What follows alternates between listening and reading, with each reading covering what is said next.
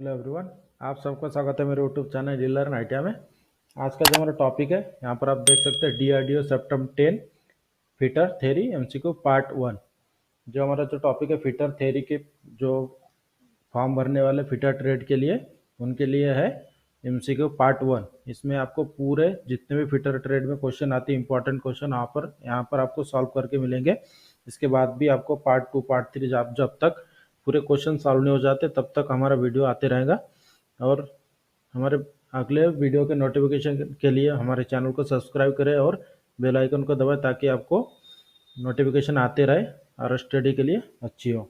तो स्टार्ट करते हैं आज का जो हमारा वीडियो है, DRDO September 10 fitter theory MCQ part 1। और आपको डिस्क्रिप्शन में लिंक मिल जाएगा PDF का, वहाँ से भी आप चेक कर सकते हैं।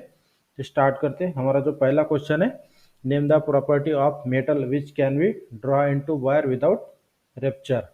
मतलब धातु के उस गुण का नाम बताए जिससे बिना टूटे तार में खींचा जा सकता है।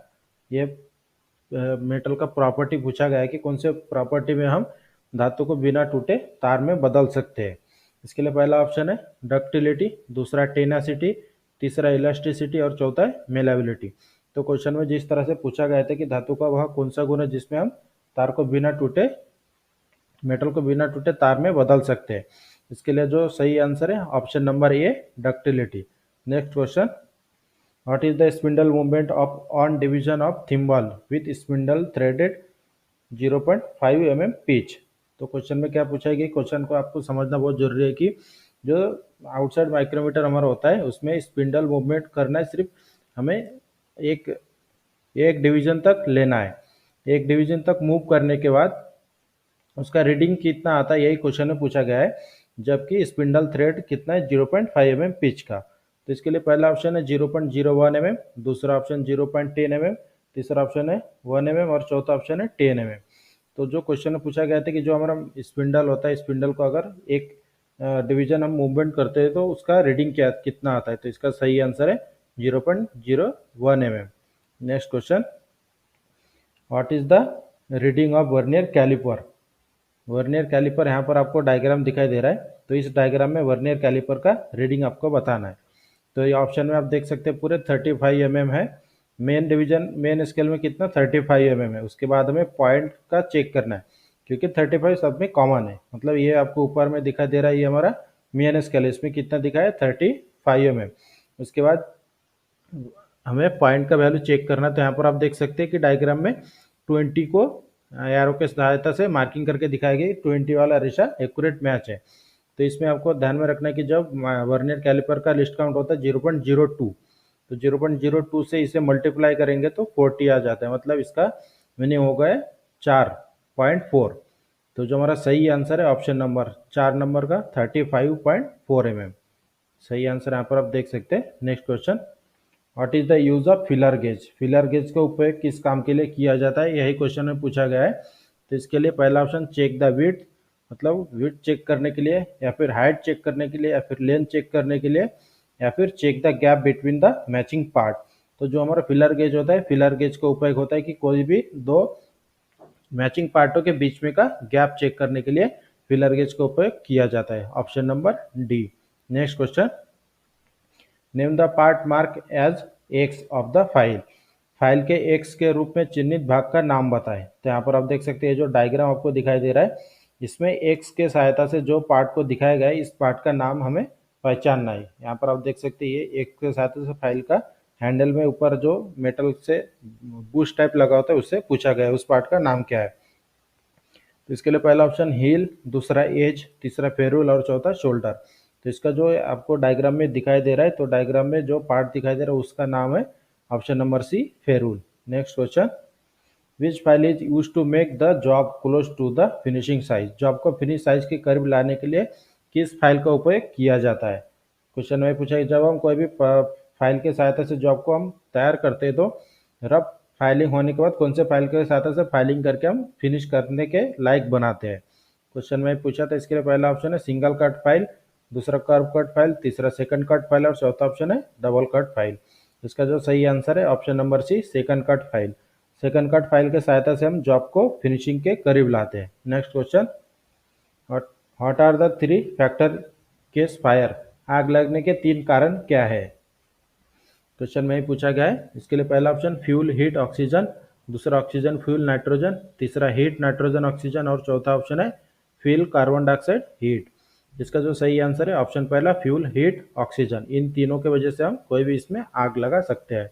इस तरह से हम आपको पूरे स्टार्टिंग से एंडिंग तक आपको पूरे फिटर के जितने भी एमसीक्यू है आपको पार्ट वन पार्ट अलग अलग पार्ट के सहायता से सॉल्व करके देंगे। हर एक पार्ट को आपको स्टडी करना है जिससे आप डीआरडीओ के एग्जाम को क्रैक कर सके। Next question, what is the name of the voice? आपको डायग्राम में इस एक वॉइस का डायग्राम दिखाया गया है, तो इस वॉइस का नाम क्या है यही हमें पहचानना है। इसके लिए पहला ऑप्शन पिन वॉइस, दूसरा पाइप वॉइस, तीसरा हैंड वॉइस, चौथा है क्विक रिलीजिंग वॉइस। तो आपको जो डायग्राम में दिखाई दे रहा है वॉइस, ये वॉइस हमारा option number C hand vice. Next question, which part of universal surface gauge hold the scriber? Universal surface gauge का कौन सा भाग स्क्राइबर को पकड़ता है? क्वेश्चन में क्या पूछा कि जो सरफेस गेज जो होता है यूनिवर्सल सरफेस गेज, उसमें स्क्राइबर को पकड़ने के लिए कौन से पार्ट का उपयोग किया जाता है? तो इसके लिए पहला ऑप्शन स्नग, दूसरा गाइड पिन, तीसरा रॉकर आर्म, चौथा फाइन एडजस्टमेंट स्क्रू। इसका जो सही आंसर है हमारा ऑप्शन ए स्नग। स्नग के सहायता से स्क्राइबर को पकड़ा जाता है। Next question, what is the purpose of slot provided in the slotted angle plate? Slotted angle plate में स्लॉट का क्या उद्देश्य होता है? जो हमारा एंगल प्लेट होता है उसमें स्लॉट कटे होते हैं, यू स्लॉट, तो उसका उद्देश्य क्या होता है यही क्वेश्चन में पूछा गया है।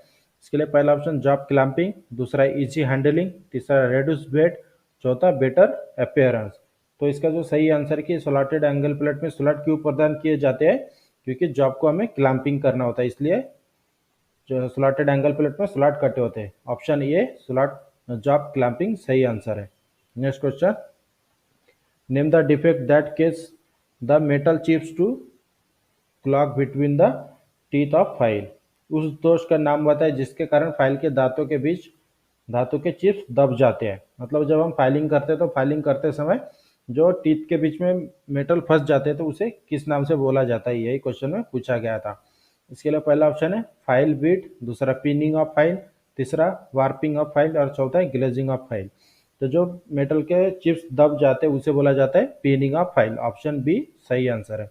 Next question, which chisel is use to cutting oil groove? Oil groove काटने के लिए कौन से चीजल का उपयोग किया जाता है, यही क्वेश्चन में पूछा गया था। इसके लिए पहला ऑप्शन है फ्लैट चीजल, दूसरा वेब चीजल, तीसरा हाफ राउंड नोज चीजल और चौथा ऑप्शन है डायमंड पॉइंट चीजल। तो जो हम जॉब के ऊपर ऑयल ग्रू काटने के लिए जो चीजल का उपयोग करते हैं उस चीजल का नाम है option number C half round nose chisel. Next question, name the file. तो ये आपको डायग्राम में 3 प्रकार के फाइल दिखाई दे रहा है, इसे कौन से फाइल, ये कौन से टाइप के फाइल है यही क्वेश्चन में पूछा गया था। इसके लिए पहला ऑप्शन है बैरेट फाइल, दूसरा रिपलर फाइल, तीसरा क्रॉसिंग फाइल और चौथा ऑप्शन है मिलसॉफ्ट फाइल। तो आपको जो डायग्राम में दिखाई दे रहा है फाइल, ये हमारा फाइल है बैरेट फाइल। ऑप्शन ए सही आंसर है। Next question, what is the name of voice? ये जो आपको डायग्राम में वॉइस दिखाई दे रहा है, इस वॉइस को हमें पहचानना है कौन से टाइप का वॉइस है। तो इसके लिए पहला ऑप्शन पिन वॉइस, दूसरा पाइप वॉइस, तीसरा हैंड वॉइस और चौथा है मशीन वॉइस। तो आपको जो डायग्राम में दिखाई दे रहा है इस वॉइस का नाम है पिन वॉइस। ऑप्शन ए सही आंसर है pin vice. Next question, where will be the weight of the hammer stamp? Hammer का वजन को कहाँ दर्शाया जाता है? जो हमारा बॉल पिन हैमर होता है, हैमर के ऊपर जो वेट लिखा रहता है तो उस पार्ट का नाम क्या है जिस पार्ट के ऊपर हैमर का वेट लिखा रहता है? क्वेश्चन में पूछा गया था। इसके लिए पहला ऑप्शन है फेस, दूसरा पेन, तीसरा चेक और चौथा है आई होल। तो जो हैमर के ऊपर वजन को दर्शाया जाता है उस पार्ट का नाम है चेक। ऑप्शन सी सही आंसर है। Next question, what will be the effect if the clearance angle of chisel is less than recommended angle will chipping? यदि चिपिंग के दौरान चीजल का निकासी कोण अनुशंकित कोण से कम होता है तो क्या प्रभाव पड़ता है? क्वेश्चन में पूछा गया था। इसके लिए पहला ऑप्शन है cutting edge can not penetrate chisel will slip, दूसरा ऑप्शन है cutting edge digs in cut will be deeper, तीसरा ऑप्शन है कटिंग एज विल ब्रेक और चौथा ऑप्शन है cutting edge of chisel move freely on straight line. तो जो हमारा क्वेश्चन में पूछा गया था कि अगर चीजल के क्लियरेंस एंगल, जो एंगल होता है कोई भी मेटल को काटने के लिए, उस एंगल से हम अगर कम रखते हैं तो क्या प्रभाव पड़ता है? तो इसका जो सही आंसर ऑप्शन पहला cutting edge can not penetrate chisel will slip, मतलब एक काटने वाला किनारा अंदर की तरफ घुस जाता है और चिजल स्लिप हो जाता है। Next question, name the property of metal to resist the effect of tensile forces without rupture, बिना टूटे जो हमारा टेंसाइल फोर्स है उसका प्रभाव विरोध करने के लिए धातु की कौन सा प्रॉपर्टी का नाम बताइए। जो क्वेश्चन में पूछा गया था इसके लिए पहला ऑप्शन है डक्टिलिटी, दूसरा टेनासिटी, तीसरा इलास्टिसिटी और चौथा मैलेबिलिटी। तो इसका सही आंसर है टेनासिटी। नेक्स्ट क्वेश्चन, तो आपको जो जैसे आप देख रहे हैं एमसीक्यू तो हम एकदम स्टार्टिंग से चालू किया है इसका, और पार्ट जब आते जाएंगे तो आपको जो टॉपिक है टॉपिक वाइज आपका क्वेश्चन आंसर हम सॉल्व करके देंगे, इसलिए आपको पूरा पार्ट देखना बहुत जरूरी है। जो हमारा नेक्स्ट क्वेश्चन है, which chisel is used for separating materials after chain drilling, chain drilling करने के बाद जो मटेरियल बचा होता है उसे काटने के लिए कौन से चीजल का उपयोग किया जाता है, यही क्वेश्चन में पूछा गया था। तो इसके लिए पहला ऑप्शन है वेब चीजल, दूसरा फ्लैट चीजल, तीसरा क्रॉस कट चीजल और चौथा है डायमंड पॉइंट चीजल। तो जब हम कोई भी जॉब के ऊपर चेन ड्रिलिंग करते हैं तो चेन ड्रिलिंग करने के बाद मटेरियल को काटने के लिए वेब चीजल का उपयोग किया जाता है, जो हमारा सही आंसर है option A. Next question, name the part mark x, ये जो आपको डायग्राम दिखाई दे रहा है आउटसाइड माइक्रोमीटर का, इसमें एक्स के सहायता से इस पार्ट को दिखाया गया है, तो इस पार्ट का नाम क्या है, यही क्वेश्चन में पूछा गया था। इसके लिए पहला ऑप्शन है एनविल, दूसरा थिम्बॉल, तीसरा स्पिंडल और चौथा स्पिंडल लॉक। तो यहाँ पर जो एक्स के सहायता से आपको पार्ट दिखाया गया है इस पार्ट का नाम है एनविल, ऑप्शन ए सही answer. Next question, which types of taper is provided in the drill shank, drill shank में किस प्रकार का टेपर रहता है, यही क्वेश्चन में पूछा गया था। इसके लिए पहला ऑप्शन है पिन टेपर, दूसरा मेट्रिक टेपर, तीसरा मोर्स टेपर और चौथा है जर्नो टेपर। तो ड्रिल शांक में जो टेपर होता है उस टेपर का नाम है option number C Morse taper. Next question, which is use to remove drills and socket from the machine spindle, machine spindle से ड्रिल और सॉकेट को निकालने के लिए किसका उपयोग किया जाता है, यही क्वेश्चन ने पूछा था। इसके लिए पहला ऑप्शन है ड्रिफ्ट, दूसरा स्लीव, तीसरा पंच और चौथा हैमर। तो ध्यान में रखना है कि कभी भी मशीन स्पिंडल से ड्रिल टेपर शंक ड्रिल या फिर सॉकेट को निकालना रहा तो ड्रिल ड्रिफ्ट का उपयोग किया जाता है, ऑप्शन ए।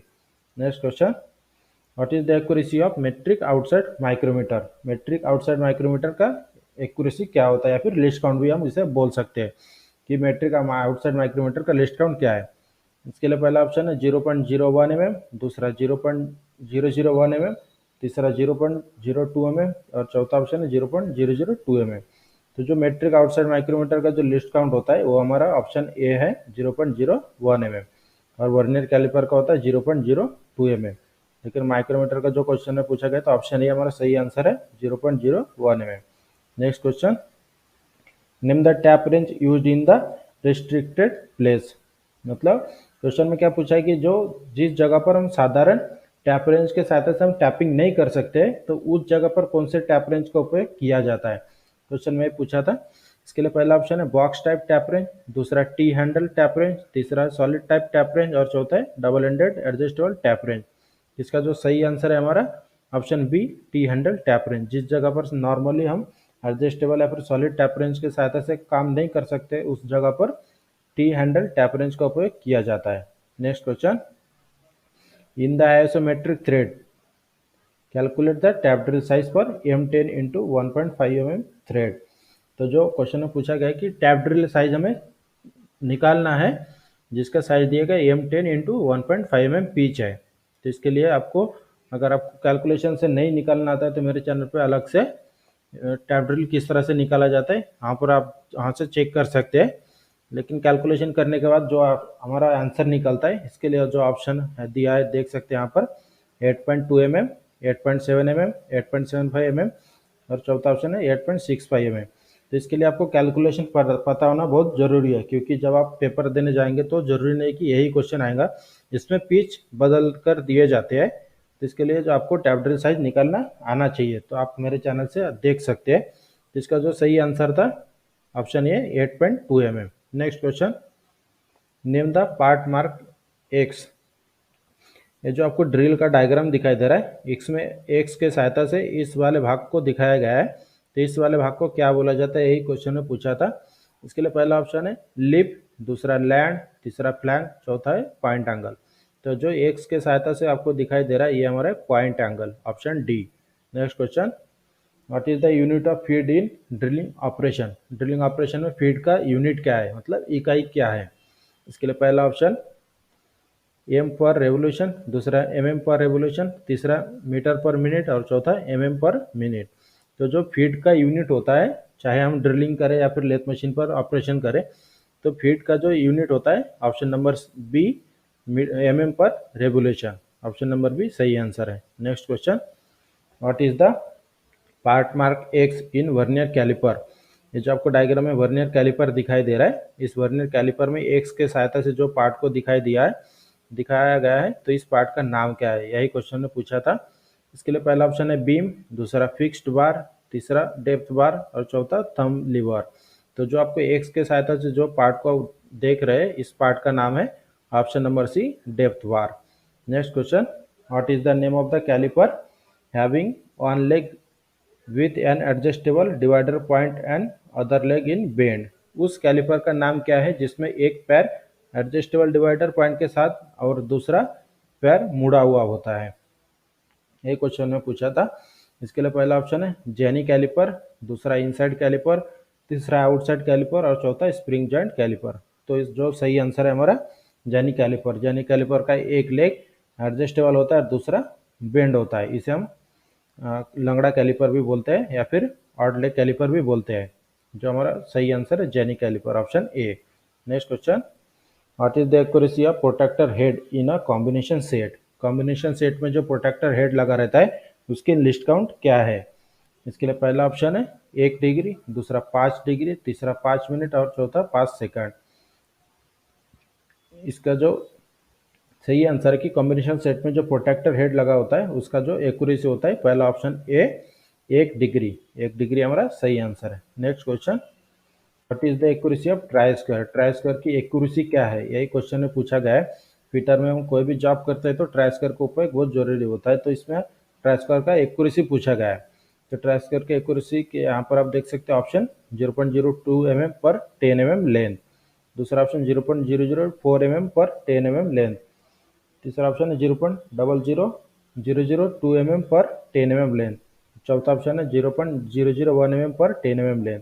तो जो ट्राई स्क्वायर का एक्यूरेसी होता है ऑप्शन नंबर सी हमारा सही आंसर है 0.002 mm पर 10 mm लेंथ। 10 mm लंबाई तक 0.002 mm की एक्यूरेसी रहती है। Next question, what is the name of part mark X in surface gauge.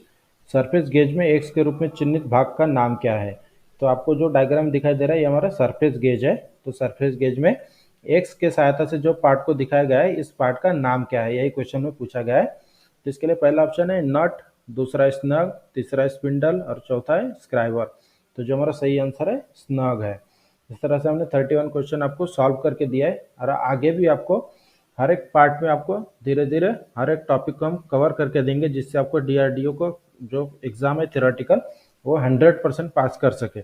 इसके लिए आपको मेरे चैनल के पूरे पार्ट को देखना पड़ेगा। इसमें इसके आगे भी आपको पार्ट 2, पार्ट 3, पार्ट 4 पूरे जितने भी क्वेश्चन आपको थ्योरेटिकल है पूरा हम कवर करके देंगे।